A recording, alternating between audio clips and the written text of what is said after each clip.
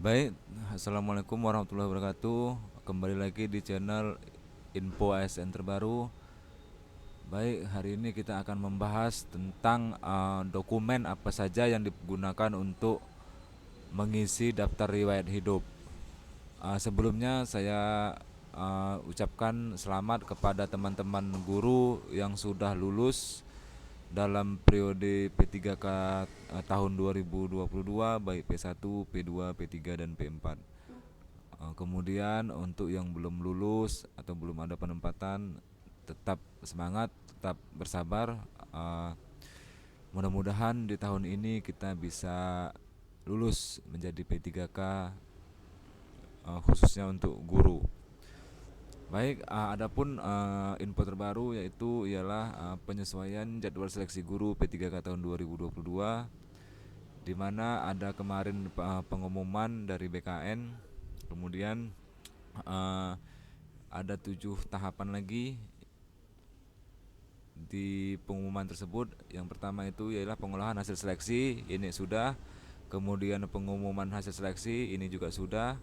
Kemudian masa sanggah ini 10 sampai dengan 12 Maret tahun 2023. Artinya ini sampai dengan besok di pukul 00, bukan 00 tapi 23.59 menit. Kemudian nanti jawab sanggah di tanggal 13 sampai dengan 19 Maret, kemudian pengumuman kelulusan pasca sanggah di tanggal 9 sampai dengan 10 April 2023. Kemudian pengisian DRH NI P3K tanggal 11 sampai dengan 30 April. Kemudian usul penetapan NI P3K 24 April sampai dengan 18 Mei 2023. Nah, artinya ini kita masih masa sanggah, kemudian dijawab sanggah. Kemudian nanti pengumuman kelulusan pasangga, barulah kita bisa mengisi DRH NI P3K.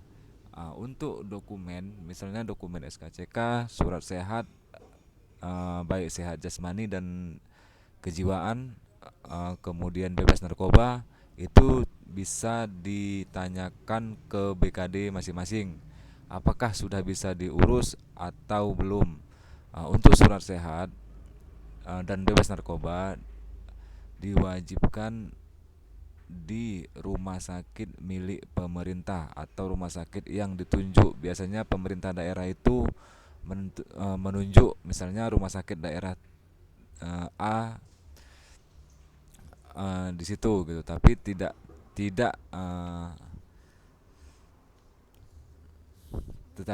tidak juga apa-apa selama rumah sakitnya rumah sakit milik pemerintah. Rumah sakit Polri misalnya itu pun bisa. Untuk narkoba di BNN pun bisa.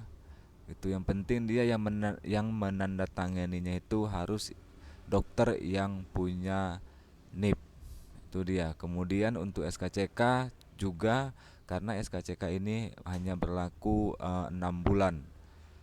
Artinya nanti jangan terlalu mepet. Ini kan karena dia di tanggal 11 sampai dengan tanggal 30 April 2023. Ini pun ada kemungkinan juga mungkin rumah sakit tutup karena adanya lebaran, cuti lebaran ini di bulan April. Oke, jadi kita lanjut dulu. Ini kita pahami dulu bersama-sama. Sebenarnya untuk pengisian daerah itu sudah ada buku panduannya. Nih, ini buku panduan pengisian daerah dari BKN. Baik, yang kita ini sebenarnya sama saja dengan yang P3K 2022, baik dia tenaga kesehatan ataupun tenaga guru. Jadi kita langsung saja, nanti setelah ada tombol ini, tombol yang seperti ini barulah kita bisa mengisi daftar riwayat hidup. Pilih ya, kemudian pilih pengisian daftar riwayat hidup. Jika Anda mau mengundurkan diri, pilih tidak, saya ingin mengundurkan diri. Jadi pilih ya, kemudian pengisian daftar riwayat hidup. Dan untuk diingat teman-teman, jika dalam masa periode pengisian daftar riwayat hidup ini tidak diisi daftar riwayat hidup, maka yang bersangkutan dinyatakan dengan mengundurkan diri dari kelulusannya. Jadi mohon diingat untuk tanggal pengisian DRH NIP P3K ini setelah masuk, kemudian eh, nanti dia akan seperti ini.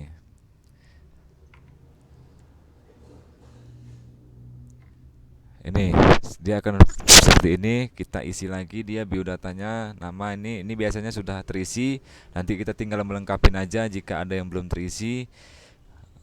Kemudian dia alamat domisili juga diisi di mana, dan ini nanti yang jika ada yang belum terisi ini wajib diisi, terutama yang ada tanda bintang merahnya ini wajib diisi. Oke, kemudian dibaca juga ke bawahnya petunjuk pengisian data perorangan. Pengisian data perorangan harus dilakukan dengan teliti dan hati-hati karena data yang diisikan adalah data yang digunakan untuk pemberkasan CPNS atau P3K dan tidak dapat diubah setelah Anda mengirim daftar riwayat hidup. Isilah bagian formulir yang wajib diisi pada bagian silahkan lengkapi data Anda, ditandai dengan tanda bintang merah. Anda diwajibkan mengisi gelar depan, gelar belakang bila Anda tidak memiliki gelar depan, garis atau gelar belakang, silahkan isi dengan garis. Silakan isi dengan garis, bukan dikosongkan. Artinya, gelar hanya berupa singkatan. Contoh, DR S.com A.MD, tidak perlu dipanjangkan. Kemudian nomor 4 ialah alamat domisili adalah alamat tempat tinggal saat ini. Kemudian bila nama kecamatan dan kelurahan Anda tidak terdaftar dalam pilihan, maka pilih lainnya. Jadi jika nama kecamatan dan kelurahan Anda tidak terdaftar di isian form ini, di sini dia tidak ada, ini diisi dengan yang lainnya. Lalu ketikkan nama kecamatan dan kelurahan tersebut di kolom di bawahnya. Artinya setelah kita mengisi nama lainnya, barulah kita isi nama kecamatannya. Kemudian juga kelurahan misalnya lainnya, kemudian di bawah diketik secara manual. Oke, selanjutnya data Anda tidak akan tersimpan bila Anda klik tombol resume. Maka kemudian klik capta, ketikkan capta di sini, kemudian klik selanjutnya. Oke, untuk kolom hobi bisa memilih lebih dari satu. Misalnya di sini olahraga, kemudian menggambar, dia kan ini lebih dari satu. Nanti diketik maka akan muncul dia. Misalnya membaca, dia seperti ini, membaca maka akan keluar dia membaca, kemudian kita pilih membacanya. Kemudian kita masuk ke pendidikan. Nah, pendidikan ini tambah pendidikan. Pendidikan ini pendidikan yang dari SD, sekolah dasar sampai dengan pendidikan kita terakhir. Jika nanti secara otomatis itu dia ada satu, saat kita melamar itu ada satu pendidikan kita yang dibuat untuk melamar, maka nanti kita tinggal menambahkan aja, tambahkan di sini, tambah pendidikan SD dulu, misalnya kita tambahkan SD dulu, nanti ada pengisiannya, kemudian disimpan, kemudian ditambah lagi sampai nanti isinya itu ada SD, SMP, dan SMA, kemudian untuk yang kuliah. Kalau ada kursus juga bisa ditambahkan di kursus. Misalnya ada pelatihan yang berkaitan dengan pekerjaan, ini bisa dimasukkan, ataupun misalnya di luar dari pekerjaan. Misalnya kursus komputer atau kursus apapun itu, yang penting dia harus ada uh, nama kursus latihan, tanggal mulainya, tanggal selesainya, nomor, tempat, dan institusi penyelenggaranya. Oke, kemudian nah ini dia untuk pengisian yang pendidikan. Nah, ini tingkat pendidikannya nanti bisa dipilih dari mulai SD sampai dengan S3 di sini ada. Kemudian dia jurusannya apa? Kalau dia SD buat aja jurusannya sekolah dasar. Kemudian nama sekolahnya, kalau di SD nama sekolah kita SD, SDN sekian sekian sekian sekian. Kemudian gelar depannya tidak ada. Kemudian gelar belakangnya kalau SD tidak ada. Kemudian akreditasinya dikosongkan atau dibuat dia garis juga. Kemudian tempatnya, tempat sekolahnya itu di mana? Tempatnya ini ialah kabupaten kotanya, bukan nama desa atau kecamatan. Artinya yang di situ nama kotanya. Kemudian nomor ijazahnya, tanggal ijazahnya, kemudian nama pejabat penanda tangan ijazah. Nah, ini diisi dengan nama kepala sekolah yang menandatangani ijazah tersebut, dengan nama kepala sekolahnya. Bukan diisi kepala sekolah, bukan, tapi nama pejabat penandatangan ijazah. Artinya namanya gitu, bukan jabatan penandatangan ijazah, tapi nama pejabatnya. Artinya di sini ialah yang diisi adalah nama kepala sekolah yang menandatangani ijazah tersebut. Kemudian simpan dan begitu seterusnya sampai dengan nanti untuk ijazah yang terakhir. Oke, kita lanjut.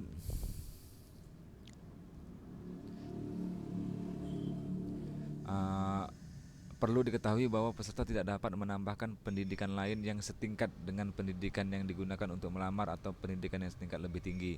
Artinya kita hanya, kalau untuk pas kita ngelamar misalnya ijazah kita SPD, berarti kita hanya bisa memasukkan sampai dengan ijazah kita yang SPD. Walaupun kita punya sarjana hukum misalnya, punya sarjana ekonomi misalnya, kita hanya bisa memasukkan yang ijazah sarjana pendidikan yang sesuai dengan formasi yang kita lamar. Kemudian ini ya, seperti ini dia dipilih kan, ada SLTP. Kalau dia misalnya nanti dia jenjang pendidikannya dia SLTP gitu kan, tapi nanti misalnya sekolahnya di madrasah sanawiyah, maka jurusannya itu dibuat madrasah sanawiyah gitu, madrasah sanawiyah gitu. Artinya nanti dicoba aja dipilih ketika nanti pas pemilihan daftar riwayat hidup.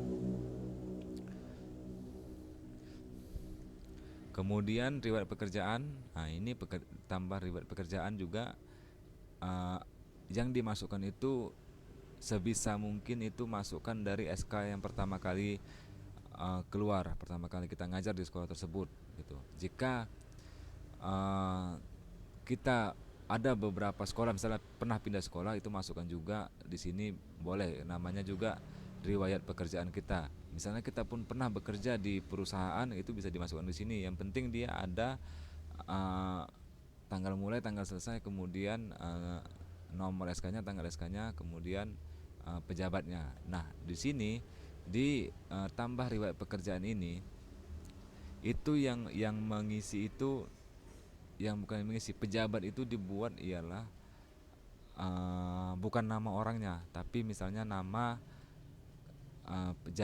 jabatannya apa. Misalnya yang menandatangani SK itu ialah kepala dinas, dibuat di sini kepala dinas. Jika dia yang menandatangani kepala sekolah, maka dibuat di sini pejabatnya ialah kepala sekolah. Nah, dia seperti ini, pilih instansi, kemudian nanti namanya misalnya kita instansi di Kota Binjai, misalnya kita pilih di sini Kota Binjai, kemudian nanti di sini dia buat dia sekolah dasar SD negeri sekian sekian sekian Kota Binjai, kemudian jabatan guru misalnya, kemudian tanggal mulainya itu tanggal SK pertama kita, kemudian tanggal selesainya itu tanggal SK-nya selesai. Biasanya ini di tanggal 31 Desember setiap tahunnya. Kemudian gaji pokoknya disesuaikan dengan SK, kemudian nomor keputusannya disesuaikan dengan SK, tanggalnya juga. Kemudian ini pejabatnya, yaitu dilihat lagi apakah di SK-nya yang menandatangani itu kepala dinas atau kepala sekolah. Itu nanti tergantung dari SK-nya masing-masing, atau direktur kah, atau supervisor kah, atau bagian SDM. Kemudian klik simpan. Nah, jika Anda pernah mendapat penghargaan, tambahkan juga penghargaan. Prestasi pun seperti itu juga bisa ditambahkan. Kemudian keluarga. Nah, keluarga ini yang pertama kita isi ialah istri atau suami, kalau yang sudah menikah. Tapi kalau yang belum menikah, artinya dia tidak perlu mengisi ini, istri dan suami. Oke, di sini diminta nanti ialah akte nikah. Dan jika pun status perkawinannya sudah bercerai, misalnya dia sudah pernah menikah, itu dimasukkan juga. Tapi nanti di sini status perkawinannya dibuat bercerai, baik dia cerai hidup ataupun cerai mati. Kemudian nanti dibuat keterangannya, statusnya. Misalnya istri kita sudah meninggal, maka dibuat statusnya meninggal, dan di sini dia dibuat cerai mati. Jika cerai hidup dibuat juga jika cerai, dan itu diisi juga dengan nomor dari akte nikahnya, di buku nikahnya atau di akte cerainya, dan diminta juga ada tanggal menikahnya. Oke, kemudian jika sudah punya anak maka dimasukkan juga anaknya. Jika dia belum punya nik, anak tersebut belum punya nik, maka niknya dikosongkan. Nah, mohon maaf jika istri dan suami kita sebelumnya dia seorang PNS atau P3K, maka dimasukkan nanti NIP-nya. Maka dia secara otomatis akan mencari NIP dari NIP tersebut gitu. Kemudian orang tua kandung juga diisi, baik dia yang sudah meninggal ataupun yang masih hidup. Kemudian jika dia pun tetap juga jika dia seorang PNS atau pensiunan, maka wajib dimasukkan juga NIP-nya. Kemudian saudara kandung juga seperti itu juga, jika pekerjaannya PNS atau P3K maka dimasukkan NIP-nya juga, diminta NIP-nya, maka nanti akan muncul secara otomatis di mana tempat saudara kita itu bekerja. Kemudian bapak dan ibu mertua juga seperti itu. Artinya jika saudara kandung kita ada 5 dan 3 sudah menikah, maka yang ketiga ini pun wajib dimasukkan juga ke sini yang sudah menikah ini. Artinya inilah riwayat keluarga kita dari mulai istri, anak, orang tua kandung, saudara kandung, kemudian bapak ibu mertua. Kemudian kita klik selanjutnya. Ini cara pengisiannya, nanti bisa dibaca di buku petunjuknya. Kemudian setelah mengisi riwayat keluarga, kita akan mengisi keterangan organisasi. Jika Bapak Ibu sekalian punya riwayat organisasi, maka dimasukkan di sini. Jika menjadi anggota riwayat organisasi. Kemudian, nah ini yang sangat penting ialah nomor surat keterangan catatan kepolisian. Kemudian tanggal surat catatan kepolisian ini diisi, kemudian nama pejabat penandatangan, artinya nama pejabatnya, bukan yang nama jabatannya, tapi nama pejabatnya. Misalnya di sini Kompol Sudrajat. Kemudian dia nomor surat keterangan sehat jasmani dan rohani. Kemudian dia tanggal surat keterangan sehat jasmani dan rohani. Kemudian nama dokter tanpa gelar depan surat keterangan sehat jasmani dan rohani. Kemudian nomor surat keterangan bebas nafkah, tanggal surat keterangan bebas nafkah, nama pejabat penandatangan surat keterangan bebas nafkah. Perlu diketahui juga jika di dalam surat sehat itu terkadang rumah sakit itu mau dia mengeluarkan surat sehat jasmaninya tersendiri, surat sehat rohaninya tersendiri, artinya tidak jadi satu. Dan itu nanti yang dimasukkan nomor suratnya ialah nomor surat yang surat keterangan nomor surat keterangan sehat jasmani dan rohani. Nomor suratnya itu ialah dimasukkan keduanya, artinya nomor surat kesehatan jasmaninya dimasukkan, kemudian nanti dipisah dengan garis miring, kemudian dimasukkan lagi nomor surat untuk keterangan kesehatan rohaninya atau jiwa. Untuk tanggalnya itu hanya tanggal yang surat kesehatan jasmaninya yang dibuat. Kemudian nama dokternya itu pun dibuat juga keduanya. Misalnya di sini ada Dr. Suprapto untuk yang tanda tangan surat keterangan sehat jasmani, kemudian Dr. Amin untuk yang menandatangani surat kesehatan secara rohani. Maka nanti tetap dibuat seperti itu juga, dia Dr. Suprapto kemudian garis miring Dr. Amin. Nah, untuk surat keterangan bebas nafkah dia biasanya tersendiri dan ini dimasukkan juga di sininya. Nomor surat keterangan bebas nafkahnya, tanggal surat keterangan bebas nafkahnya. Oke, saya rasa sudah cukup jelas. Kemudian di sini pun ada juga nanti keterangannya, nanti dibaca pelan-pelan. Kemudian setelah nanti di next kan atau selanjutnya, maka masuklah dia ke dokumen. Nah, di sini jangan salah teman-teman semua. Artinya DRH yang sudah kita isi tadi itu dicetak di tombol cetak daerah perorangan, kemudian cetak daerah riwayat. Nanti jadinya dia akan jadi seperti ini. Ini daerah perorangan. Udah, nanti dia ada yang ditanda bintang ini, tanda bintang. Tanda bintang ini artinya dia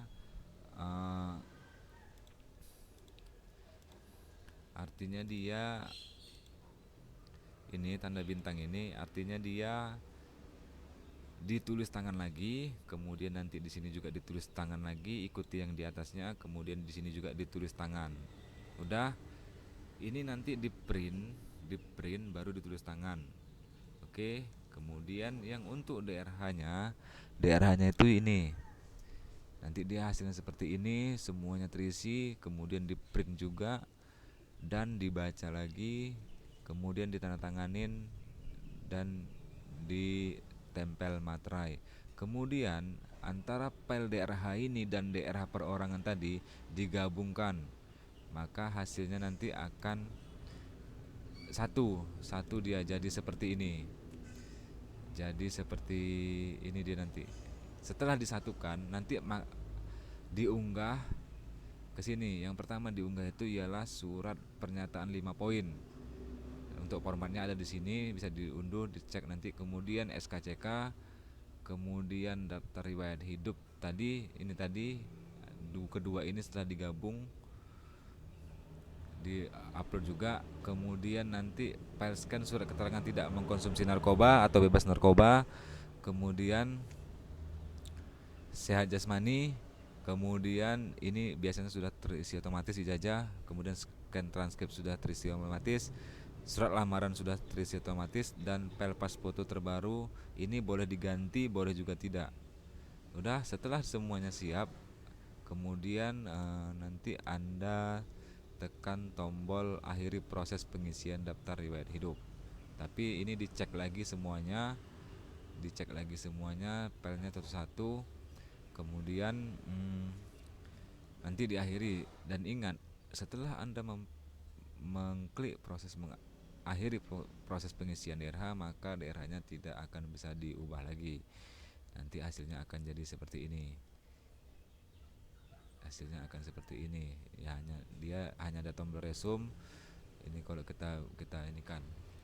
Baik, itu saja mungkin penjelasan saya tentang pengisian daftar riwayat hidup. Jika ada kekurangan dalam video ini, saya meminta maaf yang sebesar-besarnya. Jika ada yang ingin tanyakan, silahkan tinggalkan pertanyaan saudara di kolom komentar. Terima kasih. Assalamualaikum warahmatullahi wabarakatuh. Selamat pagi, siang, sore, malam.